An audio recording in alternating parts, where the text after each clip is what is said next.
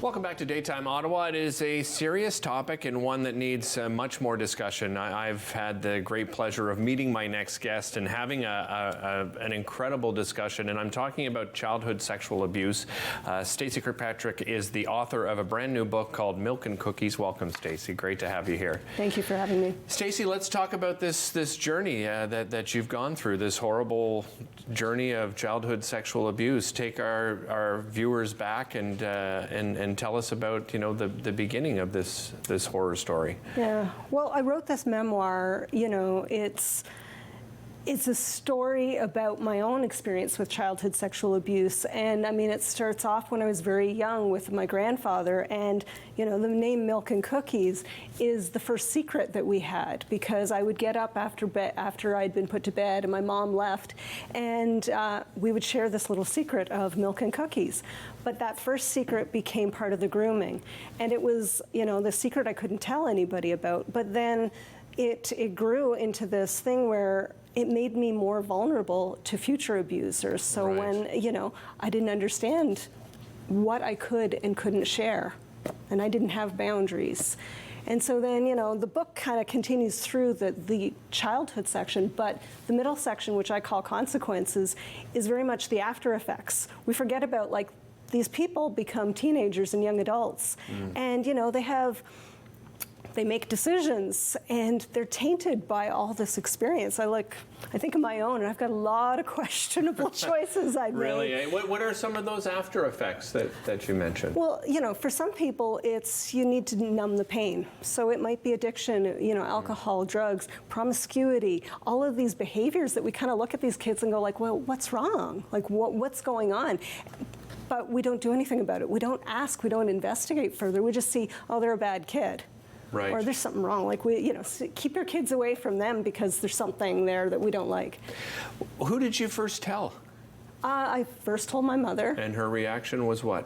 It was supportive. It was very, very supportive. Yeah. I ironically wrote it to her because writing is my method.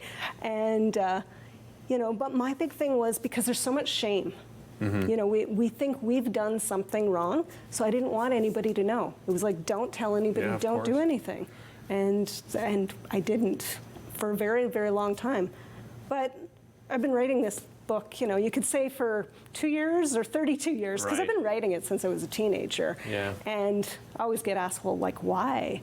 And let me ask you that. So why did you write the book? The reasons changed. When I was, 16, I think I wanted somebody to know. Maybe I wanted help. And then later it was, I wanted people to understand. It was, those questionable choices. It's wait a minute, there's a reason, and I understand it now, but I want everybody else to. And then especially after the last, couple of years, it was very much, wait, no, I want to share this with other people so they know they're not alone. That, there's a light at the end of the tunnel, and you can get through this, because I did. Yeah, and you and I have a mutual friend, Cynthia Bland, who I was just telling you before we came on, who just received the Order of Ottawa, and well-deserved. I mean, another incredible story of somebody that went through childhood sexual abuse, and those effects on Cynthia were, as you said, questionable decision-making and so forth. But you're a chair of Voice Found, and I just wanted you to talk about, what you do at Voice Found and the success that you've had so far. I don't like to take any credit. I'm chair of the board. The board gets together and kind of, helps form some of the strategy. But it's the staff who are there on the ground with the people day in, day out. We actually have a newer program that is called Strength Found, which is specific for adult survivors of childhood sexual abuse. And it's been amazingly successful. The testimonies we've got, testimonials from the people who finished the program are just incredible. Wow. People going from being at their lowest to hey, I have a place and I might be able to get a job and I can, feel like I can function in the world for the first time in a long time. So it's been pretty amazing. All the credit goes to the staff. They're incredible and do it day in, day out. I understand what you're saying. Yeah, and she's got an amazing staff and has just grown that organization so well over the years. We're proud of her. Yeah, no kidding. I am too. So just an amazing human being. How are you today? You know, I'm really happy. Yeah. I'm married. I've got 4 kids.